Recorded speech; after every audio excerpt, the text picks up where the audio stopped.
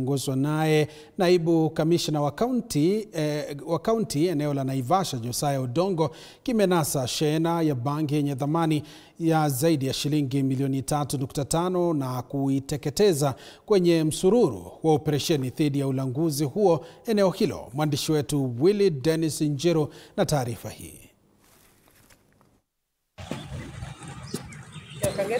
Palipo na moshi hapakosi moto.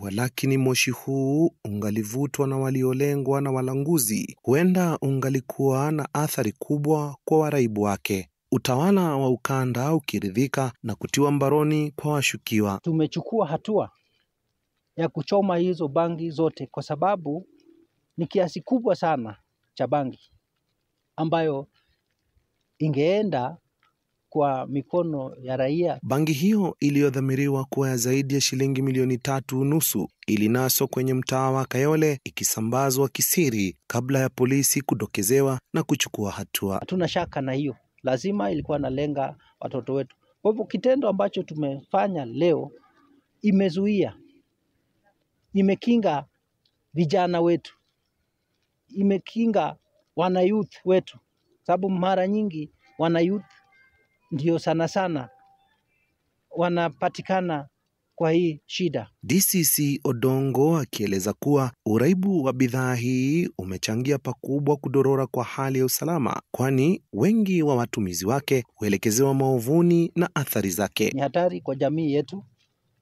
na bado napea onyo kwa wale ambao wanafanya hii biashara. Huenda leo haujapatikana, lakini hivi karibuni utaweza kukupata wewe ambaye unauza bangi. Washukiwa wangali kizuizini, huku polisi wakielezea watakabiliana na usafirishaji huu eneo hilo lililo kiunganishi kikuu cha nchi na eneo la magharibi. Na nataka kutoa onyo ingine. Tunajua ya kwamba watu wetu wa bodaboda pia wanatumika kusambaza hii. Nataka kupea na onyo.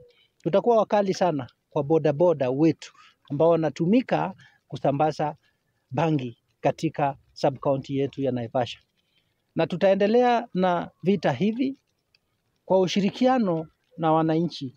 Tunaamini ya kwamba tutapunguza usambazaji wa mihadarati na utumiaji wa mihadarati katika wilaya yetu ama gatuzi letu ndogo la Naivasha.